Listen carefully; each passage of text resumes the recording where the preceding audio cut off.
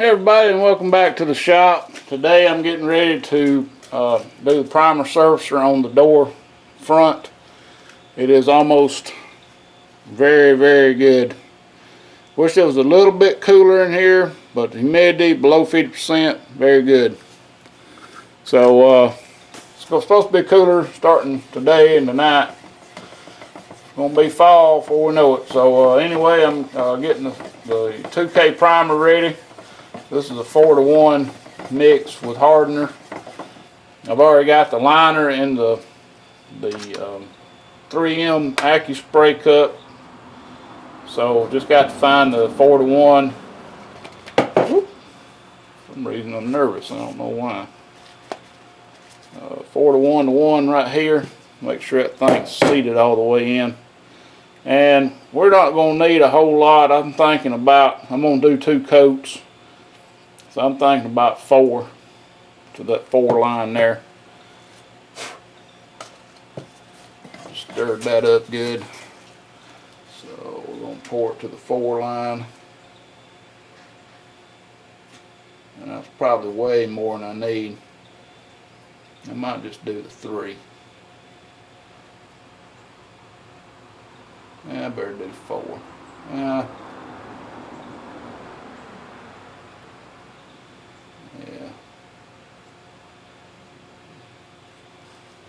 I think I'm going to be over.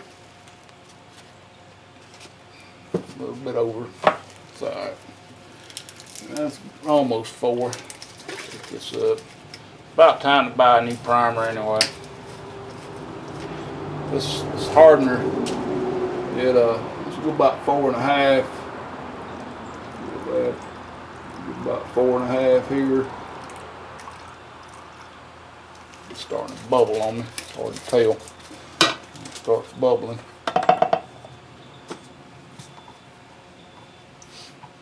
That's probably way more than I need, but I can put 3 coats on there if I want to. We'll see how far it goes. I always end up rather make too much than not enough. But I thought I'd bring y'all along while I use this Accuspray, 3M Accuspray, and we'll see how it does. So with that in the cup, we're just going to put the lid on, and then we'll put the cap on the lid, and then we're ready to put this on.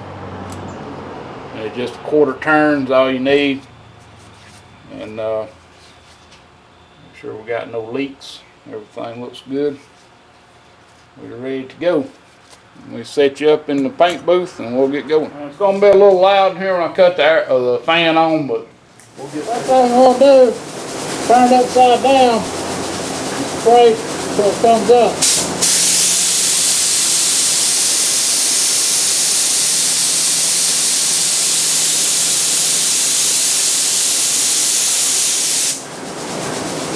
We'll pour it up in here. There we go.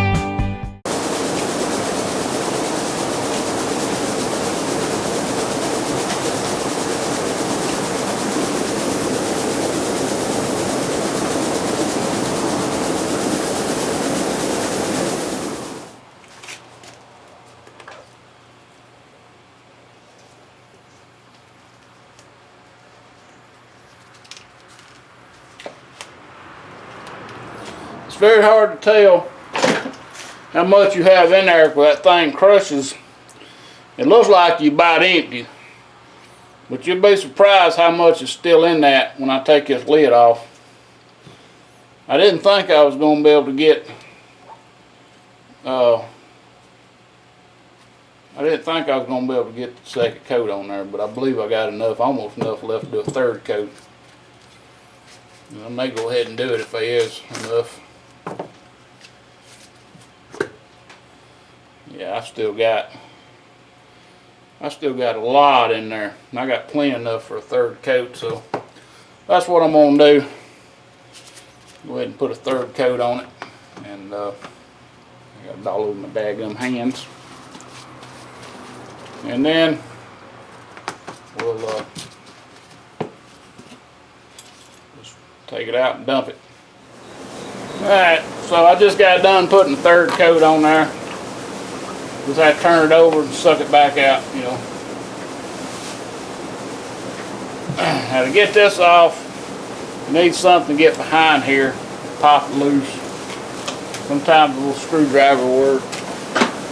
A little pick. Pick works good, just take a little pick. Let's see what I'm doing here. Just get behind here. Just kind of go behind here and behind here. Screwdriver works good too.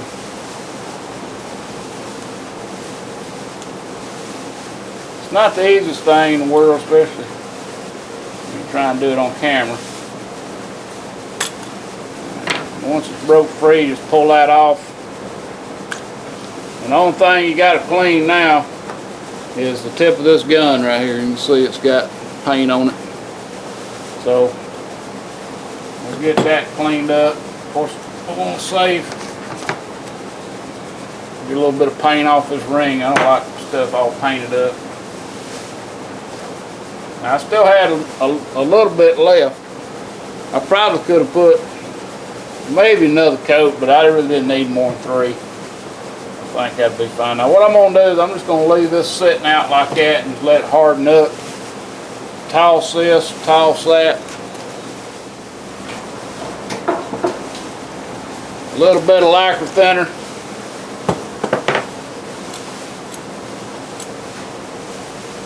Wipe that tip off.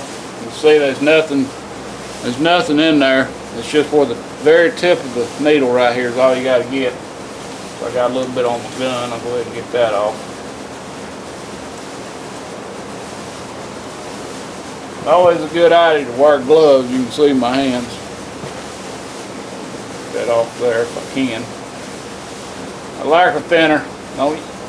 Most of this 2K stuff, you don't want to use paint thinner. Regular lacquer thinner works good. And that's it. Cleanup is done. So I'll take you back in there and show you the final product. Now I was having some issues on the second coat with it wanting to kind of streak a little bit. The bandwidth on this is not very much. And I had the air turned up. I had it set at 25.